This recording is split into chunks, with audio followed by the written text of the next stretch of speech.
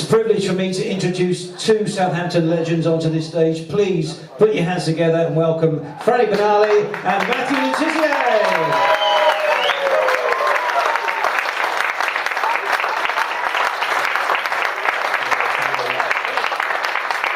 Francis Vincent Benali, ladies and gents. Born the 30th December 1968 in Southampton.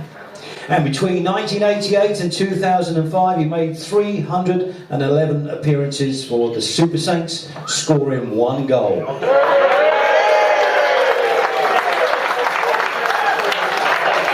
Mathew Paul Tissier. Born the 14th of October 1968 in Guernsey.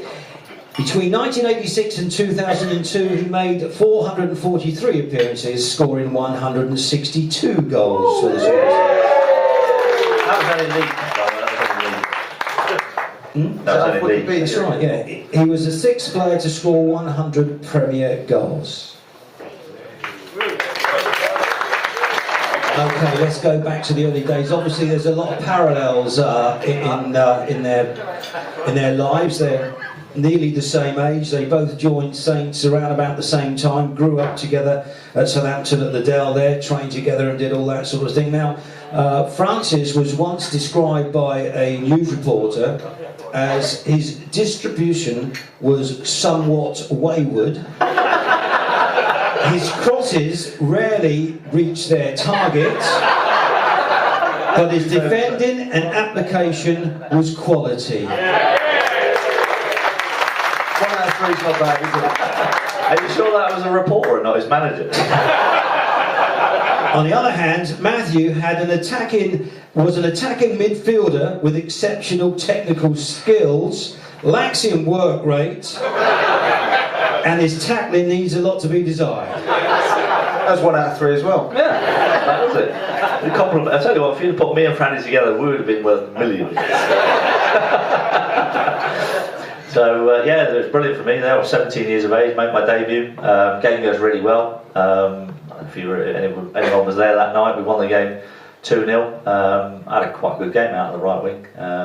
But I say I had a good game. It was only a little bit later on in my career when I look back and I realised that Tottenham's left back who was marking me that night was a lad called Mitchell Thomas.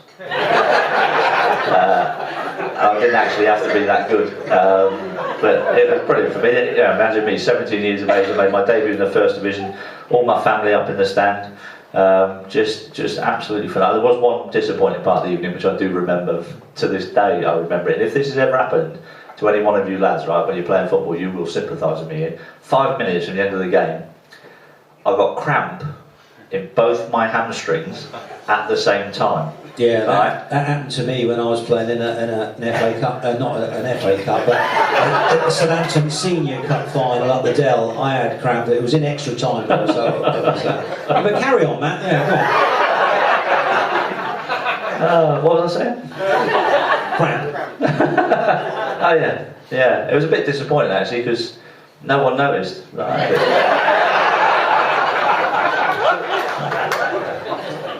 So let's finish my bit before we go on to the questions from the audience tonight. Then, well, these are your own questions, are they? Yeah. You thought these up yourself. You actually did some research. Paul's a little bit out of his comfort zone. I don't know if you know.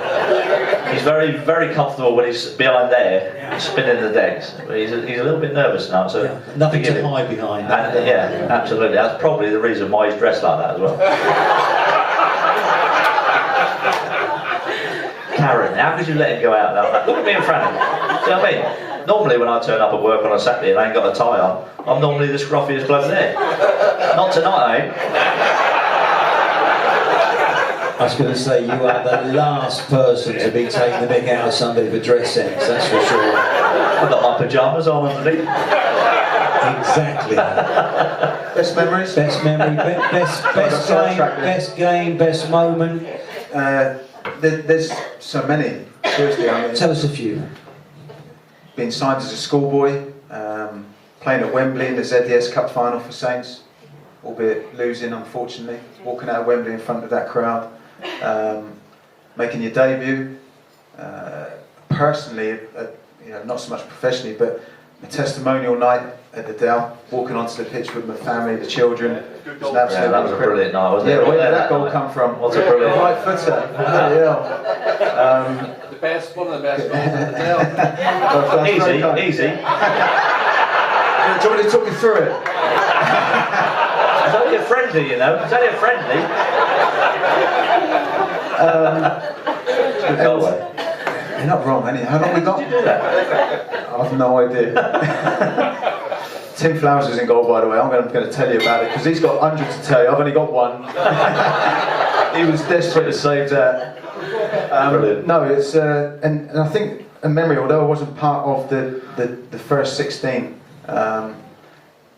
Cardiff at the cup final, the build up to have played a small part in the 2 legs against Millwall, and then just being part of the group that sort of travelled to a cup final and saw the crowd, which was absolutely incredible. Just made the hairs on the back of your neck stand up. But that at the same time, it was tinged with professionally a real lot of amount of sadness because I wanted to be out there, and I also felt for him as well because Matt had retired the season before. Yeah. As pleased as he was not to do the pre-season we did in Scotland with Strachan that year, but I felt for him as well because I knew how much it meant to him, and it's probably difficult for Matt to watch the game that day. I was working for Sky that day. I was at the ground in one of the boxes doing the pre-match build-up, and at kind of 5 to 3 when they throw to the commentators and our job was finished, I went to stand out on the balcony of the box that we were in, and we were right down the arse end, so all I could see was the sea of yellow at the far end.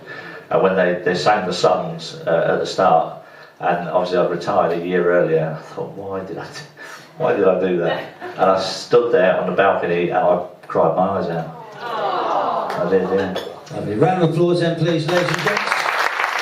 Mathew Tissier, Francis Benali.